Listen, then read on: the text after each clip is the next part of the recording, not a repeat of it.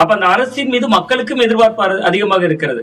அப்ப அந்த அரசு தன்னைத்தானே மீண்டும் மீண்டும் என்ன சொல்லிக்குதுன்னா, நாங்க ஊழலை ஒழித்து விட்டோம் என்று சொல்றதன் மூலமா இன்னைக்கு அமைச்சரவை கூட்டத்திலும் அதை பேசுகிறார். அப்ப அமைச்சரவை கூட்டத்திலும் அதை சொல்றதன் வழியா அவர் கிட்டத்தட்ட விஜய் அவர்கள் பெரும் எதிர்பார்ப்போடு இருக்கிறார். ஊழலை நம்ம ஒழிக்கணும், ஒரு வெளிப்படைத்தன்மை கொண்டு ஒரு நிர்வாகத்தை கொடுக்கணும் அவர் நினைக்கிறார். அதே அமைச்சர்கள்கிட்டையும் தொடர்ச்சியாக அதை கடத்துகிறார். யாராவது செய்தியாளர் இந்த மீட்டிங்ல விட்டாங்களா?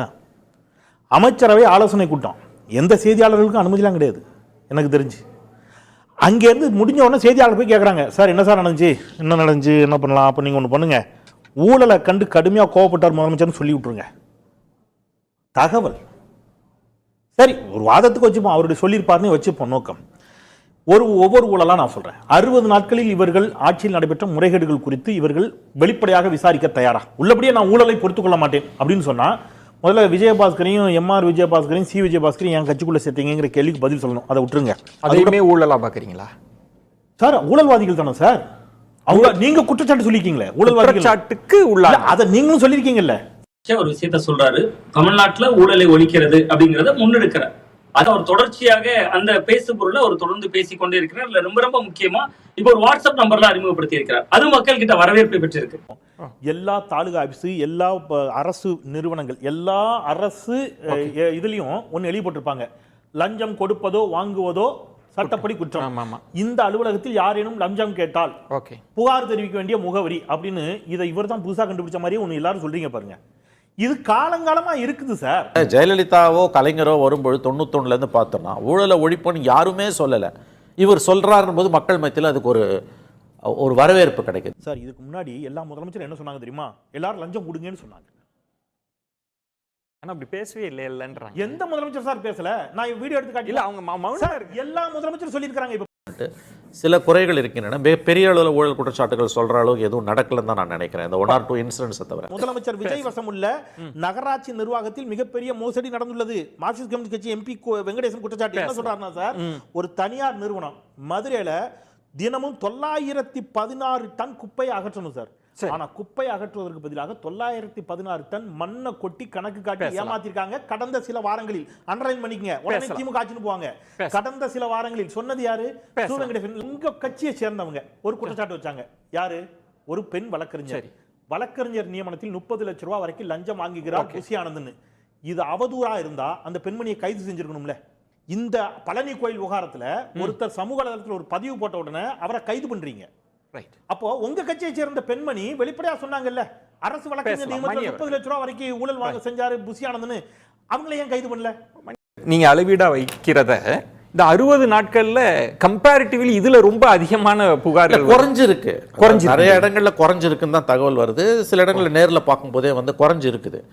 பெரிய அளவுல ஊழல் மலிந்திருக்கிறது என்பதை நீங்கள் எல்லோரும் ஏன் போட்டு இப்படி கார்பெட் போட்டு மூடி மறைக்கிறீங்கன்னு தெரியல.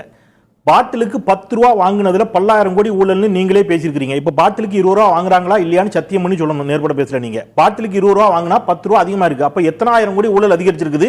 இதுல யார் யாருக்கு பங்கு போகுது? மேலிடத்துக்கு பங்கு போதா இல்லையா? இல்ல இப்ப மாத்தி பேசணுமா, வேற மாதிரி பேசணுமா? நீங்க அந்த பர்சன்டேஜ் வைஸ் தானுங்க. 10% சர்வீஸ் சார்ஜ்னு கொடுப்பானுவாங்க. அது 20, 30, 40 வரைக்கும் போச்சு. மூட்டைக்கு 60 ரூபா. ஒரு நிமிஷம், அன்புமணி ராமதாஸ் சொல்லியிருக்காரு மூட்டைக்கு 60 ரூபா. டெல்டா மாவட்டத்தில் பார்ட்டி ஃபண்ட் போயிடுச்சுன்னு சொன்னீங்க. சென்னை மாநகராட்சி ஒப்பந்ததாரர்கள் சங்க தலைவர் ராமாராவ் இப்போ ஒரு 4 நாளைக்கு முன்னாடி சொல்லியிருக்கிறாரு, 5% கமிஷன் கொடுப்பது இன்னும் ஓயவில்லையே, அதிகாரிகள் வாங்குகிறார்கள், எதிர்த்து கேள்வி கேட்டால் 4 நாட்கள் விடுப்பு எடுத்துக்கொண்டு போய்விடுகிறார்கள் அதிகாரிகள். 4 நாளைக்கு முன்னாடி பார்ட்டி ஃபண்ட். அப்போ இதெல்லாம் ஊழல் ஒரு பெரிய சிக்கல். ஆனா இவர் அது இன்னைக்கு எடுபடுதுன்றனால இல்ல, இவர் கிளீன் கவர்மெண்ட் கொடுக்கிறது தான் பிரதானமா. இவருக்கு அந்த நோக்கம் இருக்குது. நான் அவரோட நோக்கத்தை சந்தேகிக்கல. முதலமைச்சர் ஜோசப் விஜயோட நோக்கத்தை ஒரு ஊழலற்ற நிர்வாகத்தை கொடுக்க வேண்டும் என்ற அந்த நோக்கம் உயர்வானது. அதை நான் சந்தேகிக்கவில்லை. ஒரு நிமிஷம், அதாவது ஒரு அளவுக்கு பேசலாம். நான் என்ன சொல்றேன், 100 ரூபாய் டிக்கெட் 500 ரூபாய்க்கு விற்கிறது ஊழல்ல வருமா? விஜய் விரும்புகிறார், ஊழலற்ற ஒரு நிர்வாகத்தை கொடுக்க வேண்டும் என்று விஜய் விரும்புகிறார் என்ற ஒரு வார்த்தையை சொன்னார். விரும்புகிறார் என்ற வார்த்தையில நான் முரண்படுறேன். ஏன்னா இருக்கிறதுல பெரிய அளவுல பிளாக் மணி, கருப்பு பணம் புழங்கக்கூடிய துறைகளில் ஒன்று திரைப்படத்துறை. மக்கள் மனசாட்சி கூடுவோம், இத்தனை படம் நடிச்சிருக்கிறார், 1 ரூபா பிளாக் மணி வாங்கியிருக்க மாட்டாரு அப்படிங்கறத அவரால் சொல்ல முடியுமா? இல்ல மக்கள் தான் நம்புறாங்களா? அப்ப நான் எந்த இடத்துல வர்றேன்? 500 ரூபாய் டிக்கெட் 5000 ரூபாய்க்கு விற்கிறான். 100 ரூபாய் டிக்கெட் 1000 ரூபாய்க்கு விற்கிறாங்க. ஒரு நிமிஷம் சார், இதை எங்கேயாவது விஜய் தடுத்து நிறுத்திக்காரா இல்ல தட்டி கேட்டிருக்காரா? எனக்கு சார் இப்ப அவர் ஜனநாயகம் படம் வெளியில வரும் சார், எவ்வளவுக்கு டிக்கெட் விற்க போறீங்க? திரு செந்தில், இப்ப இதெல்லாம் ஊழலுக்கு வராதா? எனக்கு ஒரு விஷயம் புரியவே இல்லை. இந்த புனிதப்படுத்துறது பெரிய ஆபத்து சார். சென்னையில நீங்க சொன்னதுக்கு ஒரு அம்மா வாயிலும் வயிற்று அடிச்ச வீடியோ இதே புதிய முறை உள்ளிட்ட அனைத்து தொலைக்காட்சியும் வச்சு வீடு கட்டுறேன் ஐயா 50,000 ரூபாய் எனக்கு தந்தா தான் வீட்டை கட்ட விடுவேன்னு தாவேகாரர் வந்து பிரச்சனை பண்றாருன்னு ஒரு அம்மா சொல்லுது.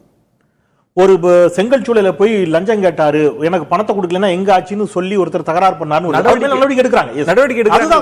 அது சிக்னல் இல்ல, அதுதான் சொல்றேன்.